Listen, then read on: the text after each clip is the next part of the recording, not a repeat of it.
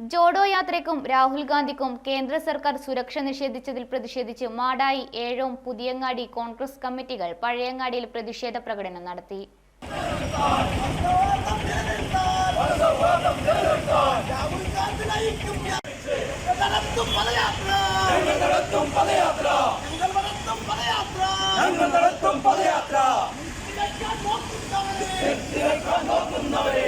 രാഹുൽ ഗാന്ധി നയിക്കുന്ന ഭാരത് ജോഡോ യാത്ര കാശ്മീരിൽ പ്രവേശിച്ച ഉടനെ സുരക്ഷാ സംവിധാനങ്ങൾ പിൻവലിച്ച കേന്ദ്ര സർക്കാരിന്റെ നടപടിക്കെതിരെ മാടായി, ഏഴോം, പുതിയങ്ങാടി കോൺഗ്രസ് കമ്മിറ്റികൾ പഴയങ്ങാടിയിൽ പ്രതിഷേധ പ്രകടനം നടത്തി. മാടായി പഞ്ചായത്ത് ഓഫീസ് പരിസരത്ത് നിന്ന് ആരംഭിച്ച പ്രതിഷേധ പ്രകടനം എരിപുരം കവല ചുറ്റി പഴയങ്ങാടി ബസ് സ്റ്റാൻഡിൽ സമാപിച്ചു.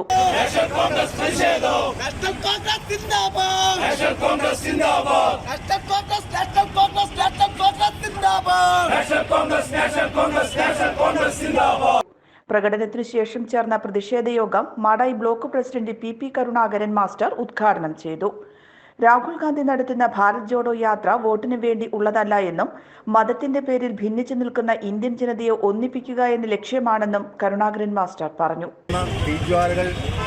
സർവനാശത്തിലേക്കുള്ള നാളെയുടെ അപകടകരമായ സൂചന നൽകുന്നു. ഇത് വർത്തമാനകാല ഇന്ത്യയുടെ യഥാർത്ഥ ചിത്രമാണ്.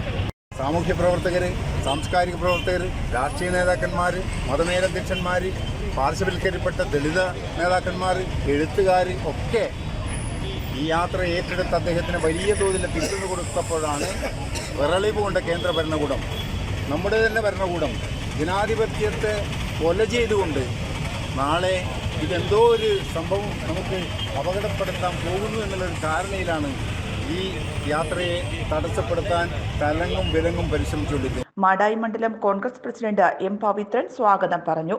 ജോയി ചൂട്ടാട്, പാറയിൽ കൃഷ്ണൻ എന്നിവർ സംസാരിച്ചു. P Abdul Khader, A V Sanalkumar, K Saji Narayanan, K P Sasi, Sudheesh Vellachal, Sudheer Vengara, Sreejith K Xavier, K Leo, Muraleedharan P എന്നിവർ പ്രകടനത്തിന് നേതൃത്വം നൽകി. News bureau, Pazhayangadi.